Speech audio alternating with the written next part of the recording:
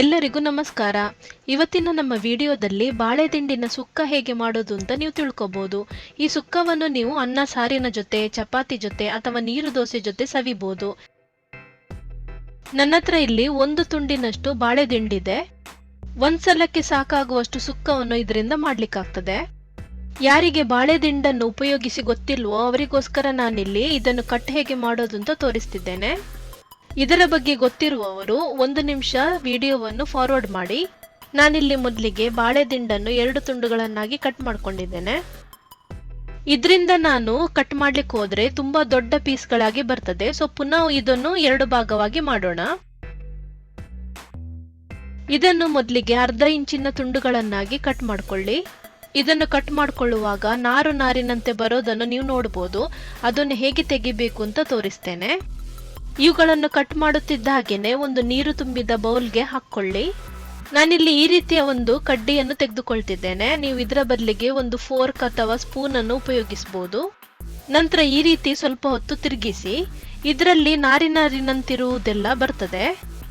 ಬೇಕಾದ್ರೆ ಕೈಯಿಂದ ನೀವು ಇದನ್ನು ತುಂಬಾ ಸುಲಭವಾಗಿ ಬಿಡಿಸ್ಕೊಳ್ಬಹುದು. ಈ ಬಾಳೆ ದಿಂಡಿನಲ್ಲಿ ತುಂಬಾ ರೀತಿಯ ಹೆಲ್ತ್ ಬೆನಿಫಿಟ್ಸ್ ಗಳಿವೆ. ಇದರಿಂದ ಹೆಲ್ದಿಯಾದ ಜ್ಯೂಸ್ ಅನ್ನು ಕೂಡ ನೀವು ಮಾಡಿಕೊಂಡು ಕುಡಿಬಹುದು. ನಾನಿಲ್ಲಿ ಆದಷ್ಟು ಇದರ ನಾರನ್ನು ಸಪರೇಟ್ ಮಾಡ್ಕೊಂಡಿದ್ದೇನೆ.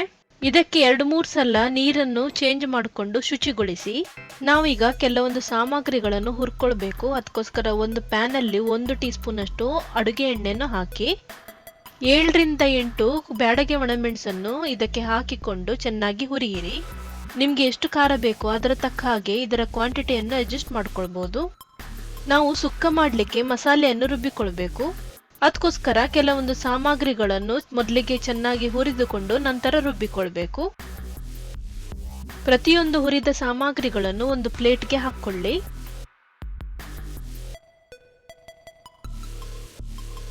ಇದೇ ಪ್ಯಾನ್ಗೆ ಪುನಃ 1 ಚಮಚದಷ್ಟು ಎಣ್ಣೆಯನ್ನು ಹಾಕೊಳ್ತೇನೆ. ಇದಕ್ಕೆ ಲೆಕ್ಕ ಮಾಡಿಕೊಂಡು 7ರಿಂದ 8 ಮೆಂತ್ಯ ಬೀಜಗಳನ್ನು ಹಾಕಿ, ಅರ್ಧ ಚಮಚ ಸಾಸಿವೆಯನ್ನು ಹಾಕಿ, ಅರ್ಧ ಚಮಚ ಜೀರಿಗೆಯನ್ನು ಹಾಕಿ, ಒಂದು 7ರಿಂದ 8 ಕರಿಮೆಣಸನ್ನು ಹಾಕಬೇಕು. ಈ ಎಲ್ಲಾ ಸಾಮಗ್ರಿಗಳನ್ನು ಒಂದು 30 ಸೆಕೆಂಡ್ ಸಣ್ಣ ಉರಿನಲ್ಲಿ ಹುರಿಯಿರಿ. ಇದಕ್ಕೆ 2 ಚಮಚ ಕೊತ್ತಂಬರಿ ಬೀಜಗಳನ್ನು ಹಾಕಿ,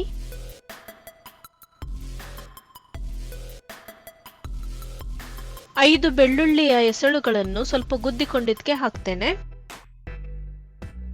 ಬೆಳ್ಳುಳ್ಳಿಗಳು ಸ್ವಲ್ಪ ಸಾಫ್ಟ್ ಆಗುವ ತನಕ ಹುರಿಯಿರಿ. ಒಂದು ಸಣ್ಣ ನೀರುಳ್ಳಿಯನ್ನು ರಫ್ ಆಗಿ ಹೆಚ್ಚಿಕೊಂಡಿದ್ದಕ್ಕೆ ಹಾಕಿ. ಇದಕ್ಕೆ ದೊಡ್ಡ ನೀರುಳ್ಳಿ ಹಾಕಬೇಡಿ, ಇಲ್ಲಾಂದ್ರೆ ಇದರದ್ದೇ ಸ್ವಲ್ಪ ಘಾಟು ಜಾಸ್ತಿ ಬರ್ತದೆ.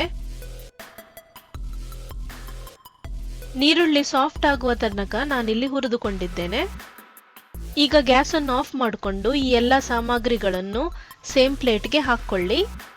ಇದನ್ನು ತಣ್ಣಗಾಗ್ಲಿಕ್ಕೆ ಬಿಡೋಣ. ಮತ್ತೆ ಸುಕ್ಕಕ್ಕೆ ಮಸಾಲೆಯನ್ನು ಯಾವ ರೀತಿ ರುಬ್ಕೊಳ್ಬೇಕು ಅಂತ ತೋರಿಸ್ತೇನೆ. ಈ ಹುರಿದುಕೊಂಡ ಸಾಮಗ್ರಿಗಳು ಈಗ ತಣ್ಣಗಾಗ್ಬಿಟ್ಟಿದೆ. ಒಂದು ಮಿಕ್ಸಿ ಜಾರ್ಗೆ ಇದನ್ನು ಹಾಕೋಣ.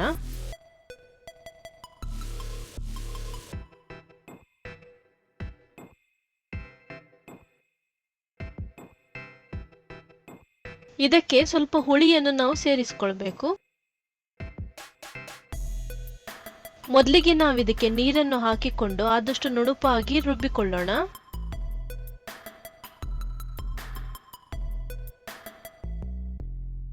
ಇದರ ಕನ್ಸಿಸ್ಟೆನ್ಸಿ ಹೇಗಿರಬೇಕು ಅಂತ ತೋರಿಸ್ತೇನೆ.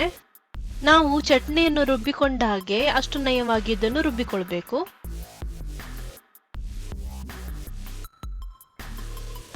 ಈ ಮಸಾಲೆಯನ್ನು ರುಬ್ಬಿಕೊಂಡ ಬಳಿಕ ನಾವಿದಕ್ಕೆ ಕಾಯಿ ತುರಿಯನ್ನು ಹಾಕೊಳ್ಬೇಕು. ನಾನಿಲ್ಲಿ ಸರಿಸುಮಾರು 1 ಕಪ್ನಷ್ಟು ಕಾಯಿ ತುರಿಯನ್ನು ತೆಗೆದುಕೊಂಡಿದ್ದೇನೆ. ಸುಕ್ಕವನ್ನು ಮಾಡುವಾಗ ಕಾಯಿ ತುರಿಯನ್ನು ಕೊನೆಗೆ ಹಾಕಿಕೊಂಡು ರುಬ್ಬಿಕೊಳ್ಬೇಕು. ಇದನ್ನು ರುಬ್ಬಿಕೊಳ್ಳುವಾಗ ನೀರನ್ನು ಹಾಕ್ಲಿಕ್ಕಿಲ್ಲ. ಹಾಗೇನೆ ಇದನ್ನು ಕೇವಲ ಒಂದು 4ರಿಂದ 5 ಸೆಕೆಂಡ್ ಪಲ್ಸ್ ಮಾಡಿಕೊಂಡ್ರೆ ಸಾಕು. ನಾವಿದನ್ನು ತುಂಬಾ ಹೊತ್ತು ಪಲ್ಸ್ ಮಾಡಿಕೊಂಡ್ರೆ ಇದು ತುಂಬಾ ನುಣುಪಾಗಿ ಬಿಡ್ತದೆ. ನಾವು ರುಬ್ಬಿಕೊಂಡ ಮಸಾಲೆ ಈ ಕನ್ಸಿಸ್ಟೆನ್ಸಿನಲ್ಲಿ ಇರಬೇಕು. ಸೊ ಅದರ ತಕ್ಕ ಹಾಗೆ ನೀವು ಮಿಕ್ಸಿನಲ್ಲಿ ರುಬ್ಬಿಕೊಳ್ಳಿ. ಈಗ ಮಸಾಲೆ ಹೇಗೂ ರೆಡಿ ಆಗಿದೆ. ನಾವು ಬಾಳೆ ದಿಂಡಿನ ಸುಕ್ಕವನ್ನು ಹೇಗೆ ಮಾಡೋದು ಅಂತ ನೋಡೋಣ.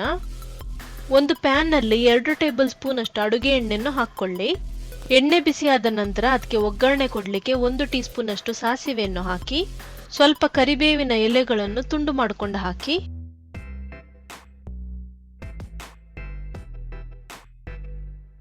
ಇದಕ್ಕೆ 1 ಮೀಡಿಯಂ ಗಾತ್ರದ ನೀರುಳ್ಳಿಯನ್ನು ಸಣ್ಣಕ್ಕೆ ಹೆಚ್ಚಿಕೊಂಡು ಹಾಕಿ, ಬೇರೆ ಸಾಮಗ್ರಿಗಳನ್ನು ಹಾಕುವ ಮೊದಲು ಈ ನೀರುಳ್ಳಿ ಸಾಫ್ಟ್ ಆಗುವ ತನಕ ಹುರಿಯಿರಿ.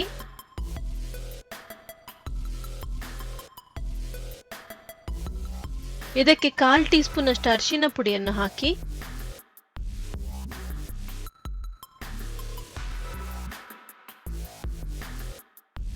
ಇವುಗಳೆಲ್ಲವನ್ನು ಚೆನ್ನಾಗಿ ಹುರಿದುಕೊಂಡ ನಂತರ ಇದಕ್ಕೆ ಬಾಳೆ ದಿಂಡಿನ ತುಂಡುಗಳನ್ನು ಹಾಕಿ, ಇದನ್ನು ಬೇಯಿಸಲಿಕ್ಕೆ ನಾವು ಮೊದಲೇ ನೀರನ್ನು ಹಾಕಬೇಕು ಅಂತ ಇಲ್ಲ.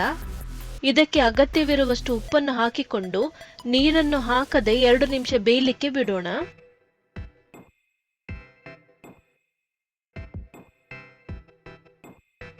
ಇದು ಬೇಯಲಿಕ್ಕೆ ಬೇಕಾಗುವಷ್ಟು ನೀರನ್ನು ಹಾಕಿಕೊಳ್ಳಿ.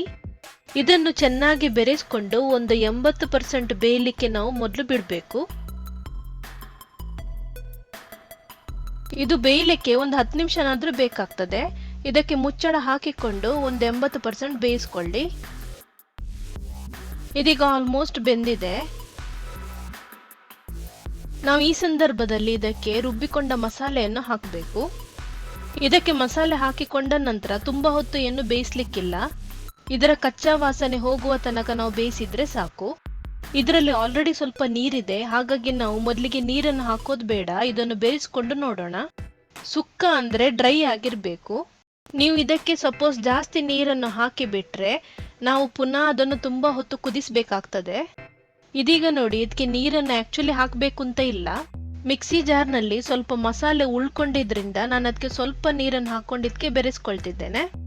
ಇದನ್ನು ಒಂದ್ಸಲ ಬೆರೆಸ್ಕೊಳ್ಳೋಣ. ಇದರ ರುಚಿಯನ್ನು ಒಂದ್ಸಲ ನೋಡ್ಕೊಂಡು ಉಪ್ಪು ಕಡಿಮೆ ಅಂತ ಅನಿಸಿದ್ರೆ ಪುನಃ ಹಾಕೊಳ್ಳಿ.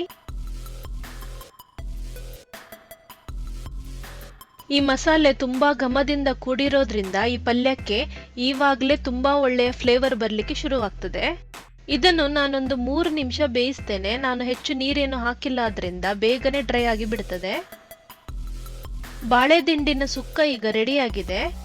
ಇದಕ್ಕೆ ರುಚಿಯನ್ನು ನೋಡಿಕೊಂಡು ಕೊನೆಯಲ್ಲಿ ಬೇಕಾದ್ರೆ ಸ್ವಲ್ಪ ನಿಂಬೆ ರಸವನ್ನು ಹಾಕ್ಬೋದು. ನಾನೀಗ ಗ್ಯಾಸ್ ಅನ್ನು ಆಫ್ ಮಾಡಿಕೊಂಡು ಇದನ್ನು ಸರ್ವ್ ಮಾಡ್ತೇನೆ. ನಾನು ಮೊದಲೇ ತಿಳಿಸಿದ ಹಾಗೆ ಈ ಬಾಳೆ ದಿಂಡಿನ ಸುಕ್ಕವನ್ನು ನೀರು ದೋಸೆ ಜೊತೆಗೆ, ಚಪಾತಿ ಜೊತೆಗೆ ಅಥವಾ ಅನ್ನ ಸಾರಿನ ಜೊತೆಗೆ ಸವಿಬಹುದು. ಈ ರೆಸಿಪಿ ಇಷ್ಟವಾದ್ರೆ ಲೈಕ್ ಮಾಡಿ, ಇಲ್ಲಾಂದ್ರೆ ಡಿಸ್ಲೈಕ್ ಮಾಡಿ. ಎಲ್ಲರಿಗೂ ಧನ್ಯವಾದಗಳು.